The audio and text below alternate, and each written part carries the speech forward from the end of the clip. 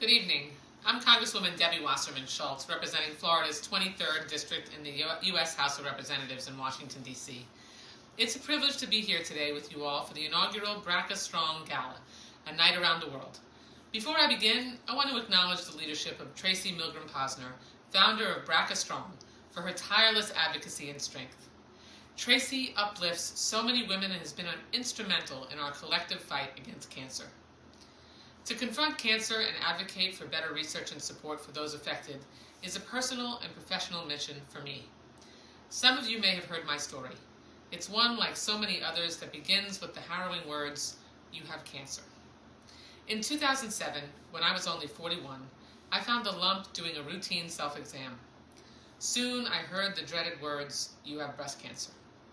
I also discovered, like many other Ashkenazi Jewish women, that I carry the BRCA2 gene mutation, which makes me 5 times more likely to get breast cancer and puts me at a 40 to 85% risk of getting ovarian cancer before I turned 50 years old.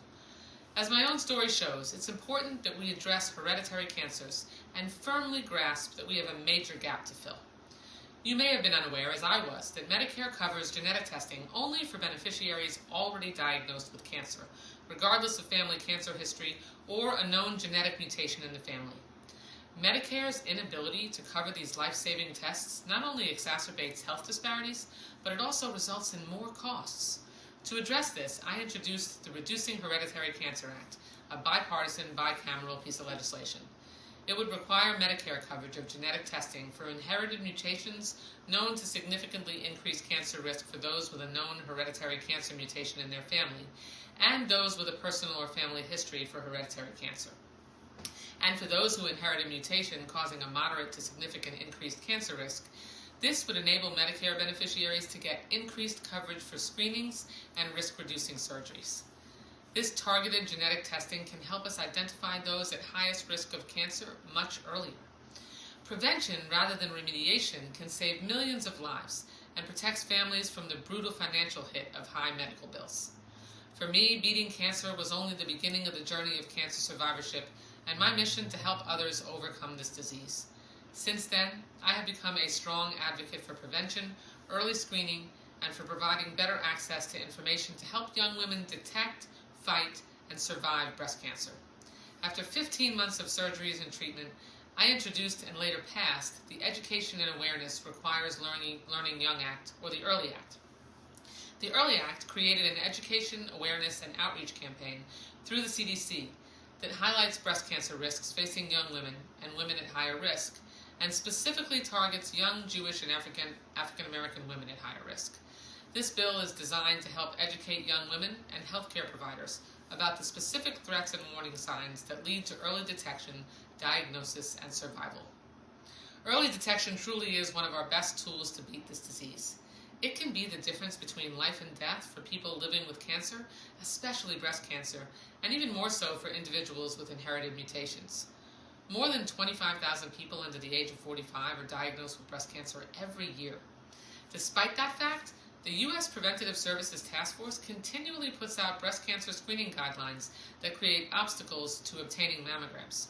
We simply cannot write off women who could benefit from early detection for any reason, especially age, and not now amidst a global pandemic that saw major breast cancer screening declines.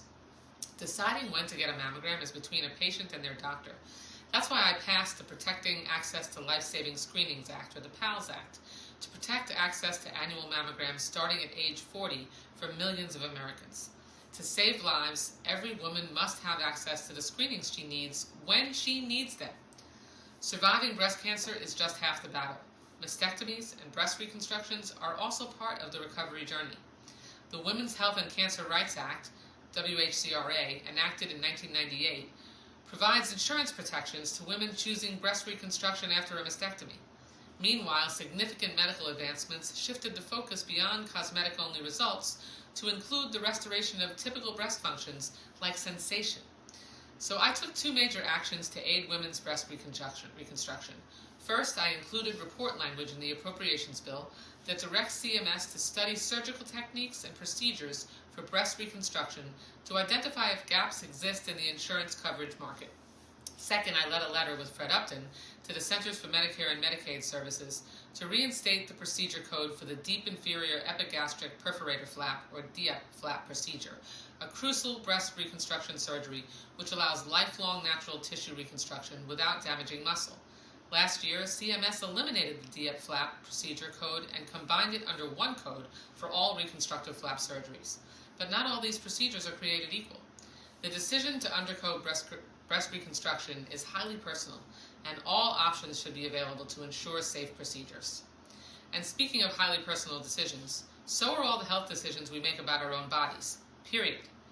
As our reproductive rights are battered across the country, we must stick together to stop government-mandated pregnancies. Our sisters, daughters, and granddaughters are counting on us. In Florida, the governor and Republican legislature banned abortions after 15 weeks, forcing pregnancy on women against their will, violating their dignity, and threatening their health.